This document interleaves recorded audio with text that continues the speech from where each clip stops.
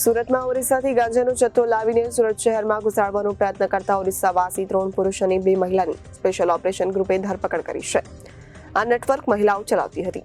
SOG આરોપીઓ પાસેથી 3.23 લાખ રૂપિયાના 32.380 કિલો ગાંજો જપ્ત કરી વધુ તપાસ હાથ ધરી છે. આરોપીઓ સુરતના રેલવે સ્ટેશન નજીક છૂટક ગાંજાનું વેચાણ કરતા હતા. સુરતના ઓરિસ્સાથી ગાંજાનો જથ્થો લાવીને સુરત શહેરમાં ઘુસાડવાનો પ્રયત્ન કરતા ઓરિસ્સાવાસી સહિત 3 પુરુષ અને 2 મહિલા સ્પેશિયલ ઓપરેશન ગ્રુપે ધરપકડ કરી છે. આ નેટવર્ક મહિલા ચલાવતી હતી. એસઓજી આરોપી પાસેથી 3.23 લાખ રૂપિયાના 32.380 કિલો ગાંજો જપ્ત કરી વધુ તપાસ હાથ ધરી છે.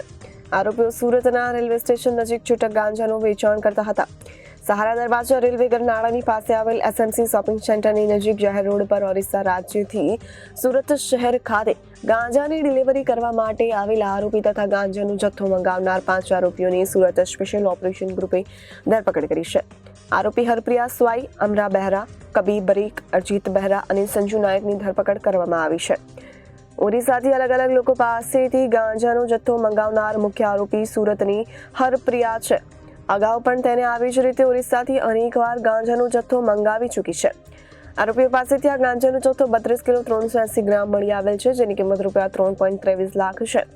આરોપીઓની ઊંડાણપૂર્વક જ્યારે એસઓજીએ પૂછપરછ કરી ત્યારે મહિલા આરોપી હરપ્રિયાએ જણાવ્યું કે ભેસ્તાન અને કતારગામ રેલવે સ્ટેશનના પટરી નજીક તેના માણસો અમર અને કવિ ગાંજાનું છૂટક વેચાણ કરતા હતા અને આ ગાંજાનો જથ્થો ઓરિસ્સા ખાતે રહેતા અરજીત અને સંજુ નાયક પાસેથી મંગાવતા હતા. ત્યારે બંને ઓરિસ્સા ખાતેથી તેના ઓર્ડર પ્રમાણે ગાંજાનો જથ્થો ડિલિવરી કરવા માટે પહોંચ્યા અને ત્યારે એસઓજી અંગેની માહિતી મળી અને આ પ્રમાણે તમામ આરોપીઓની ધરપકડ કરવામાં આવી. એસઓજી પાસેથી મળતી માહિતી મુજબ આરોપીઓ વિરુદ્ધ મૈદરપુરા પોલીસ સ્ટેશનમાં અગાઉ પણ એનડીપીએસ એક્ટ હેઠળ ગુનો નોંધાઈ ચૂક્યો છે. Reporter Arvind Rathod, Janadesh news, Surat.